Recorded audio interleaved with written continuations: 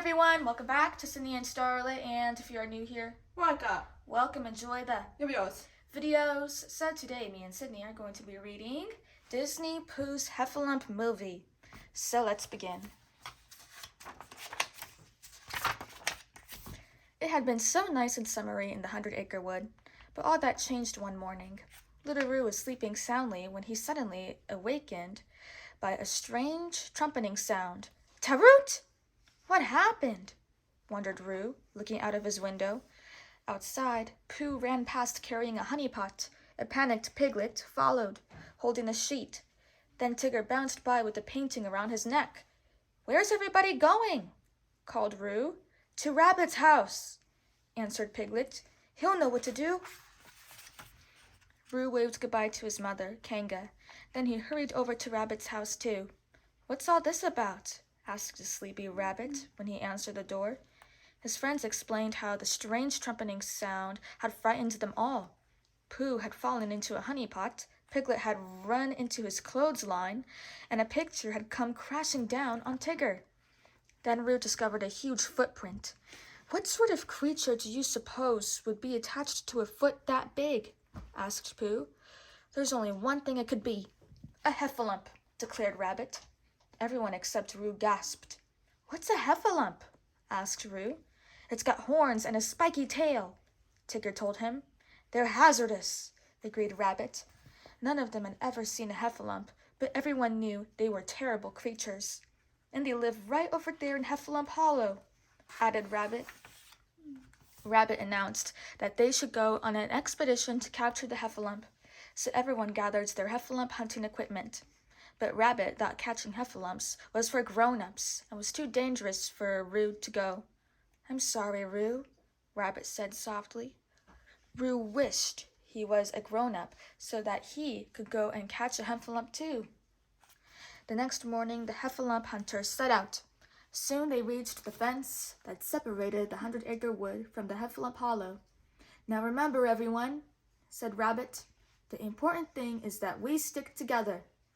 One by one, the Heffalump hunters flocked over the fence, except for Eeyore.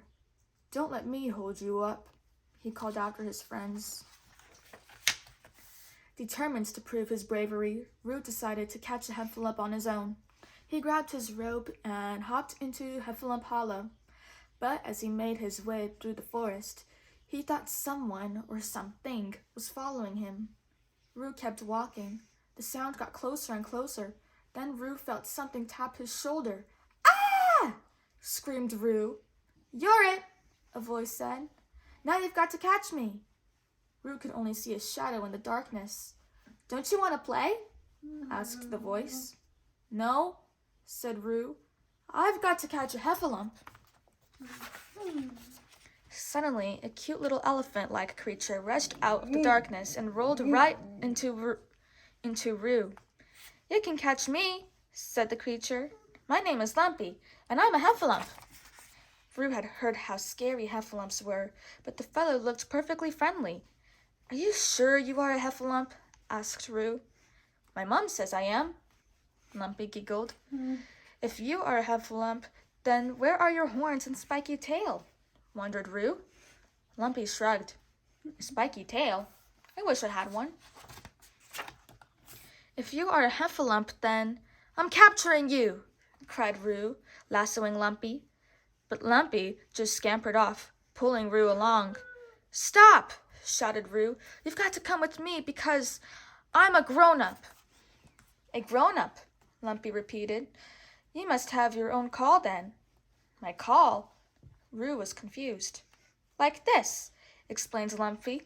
Then he lifted his trunk and tried to trumpet, but all that came out were a few small wheezes. Suddenly, they heard trumpeting. Got to go now, said Lumpy. My mom is calling.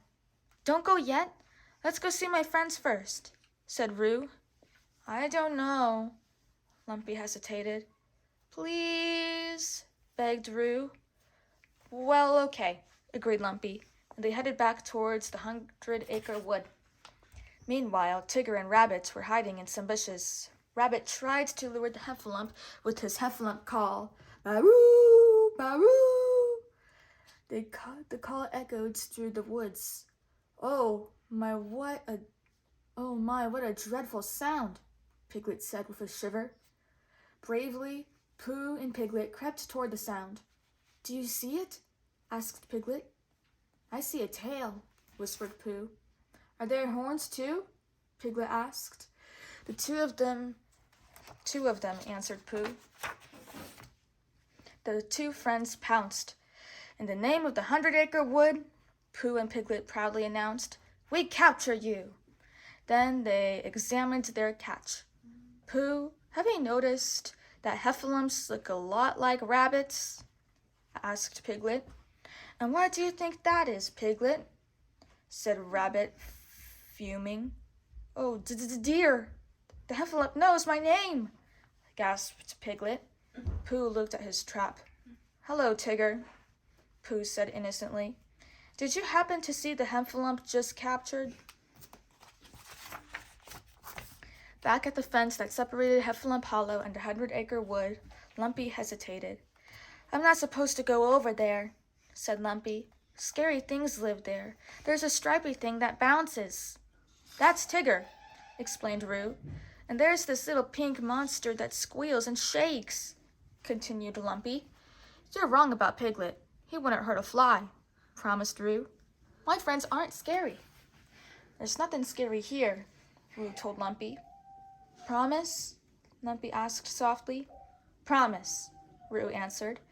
With that and a little help from Roo, Lumpy squished through the fence into the 100-acre wood. Soon Lumpy and Roo arrived at Pooh's house. It looks like no one's home, said Roo, peeking inside. The smell of honey caught Lumpy's attention. It was his snack time after all. Wait, that's Pooh's honey, Roo cried as Lumpy poured some into his mouth. Then Roo shrugged. Oh well, I guess he won't mind.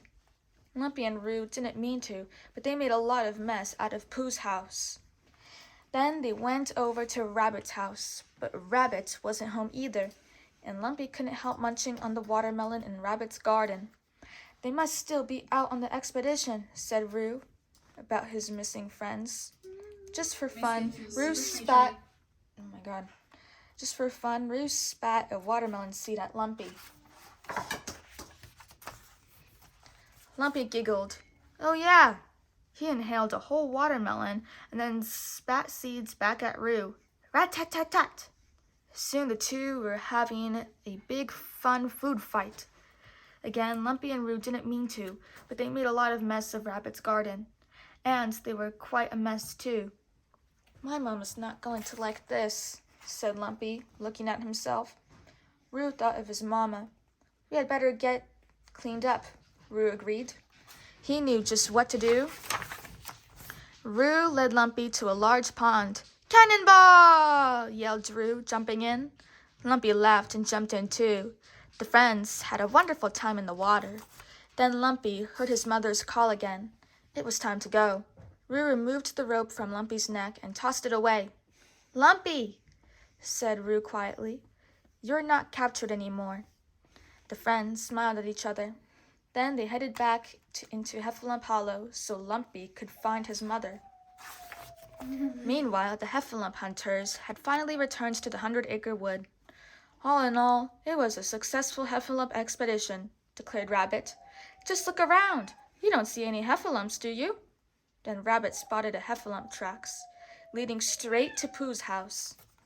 Inside Pooh's house, the gang found broken honey pots everywhere. Pooh sighed. Oh, bother. I don't think our Heffalump expedition is successful anymore. Rabbit! Tigger shouted frantically when they arrived at Rabbit's house. Rabbit looked in horror at his ruined garden. The Heffalumps are among us, screamed Rabbit. It's an invasion, shouted Tigger. We're trapped, cried Piglet. That's it, Rabbit said suddenly. We need traps. So everyone got to work building traps to catch the Heffalump. Piglet dug a deep hole and covered it with branches. Pooh made a cage out of sticks and put a not quite empty honey pot in as bait. Behold, cried Tigger proudly as he showed off his net trap. a super-duper extra-looper hunka-hunka heffa trap. Now, said Rabbit, when all the traps were finished, to await the attack. Just then, Kanga came hopping along. Have any of you seen Roo? She asked. He should have been home by now. But no one had seen Roo all day. Back in Heffalump Hollow, Roo and Lumpy heard Lumpy's mother trumpeting again. You really have to go, said Lumpy anxiously. She sounds worried. I'll help you find her, said Roo. They wandered through the forest, searching everywhere, but they couldn't find Lumpy's mother. Lumpy tried to call her, but instead of a trumpet sound, only a weak wheeze came out. Mrs. Heffalump! Roo called. Still, the friends couldn't find her. After a while, Lumpy sniffed. We haven't heard my mom in a really long time. The little Heffalump sat down.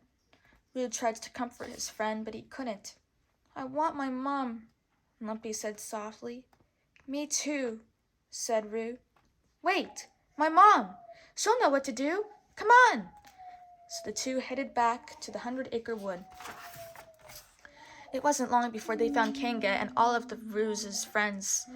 But when Rabbit and the gang saw Roo with the Heffalump, they panicked. He's got Roo! Rabbit screamed frantically.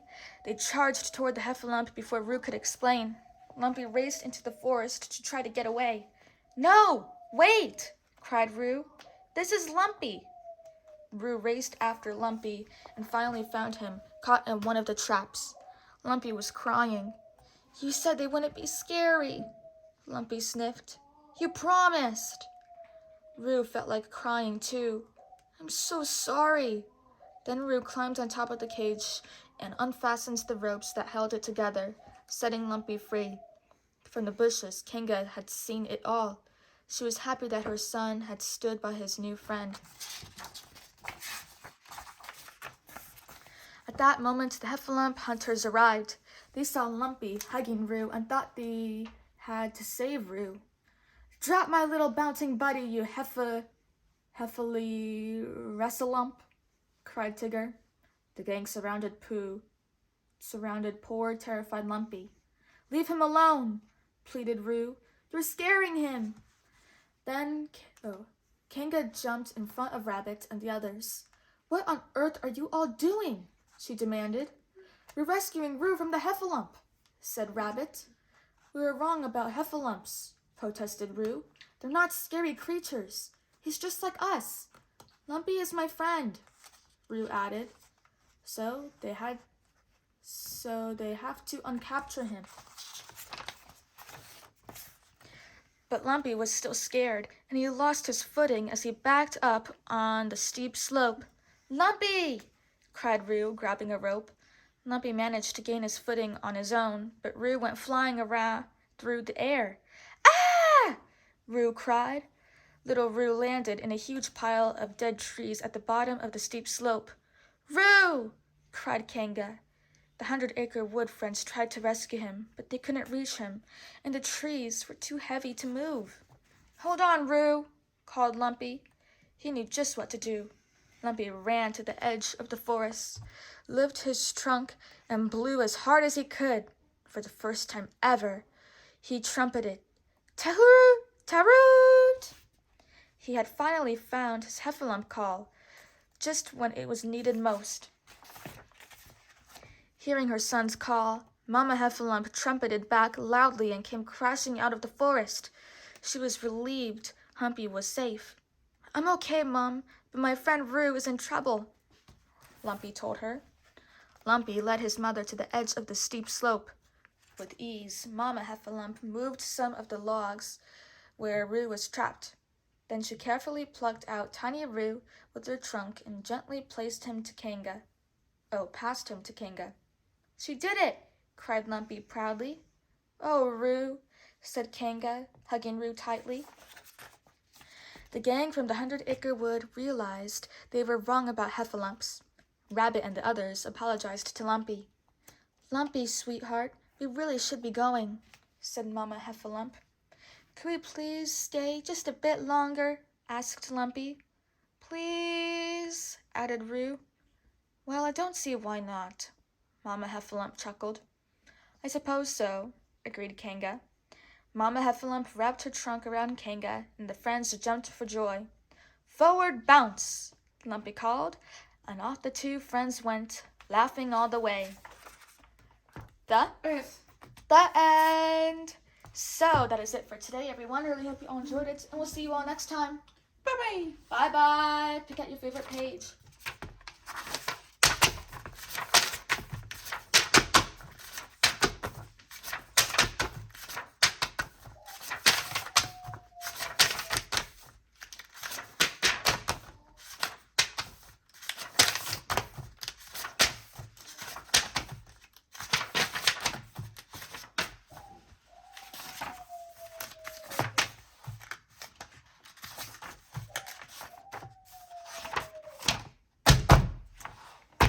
Who's your favorite character?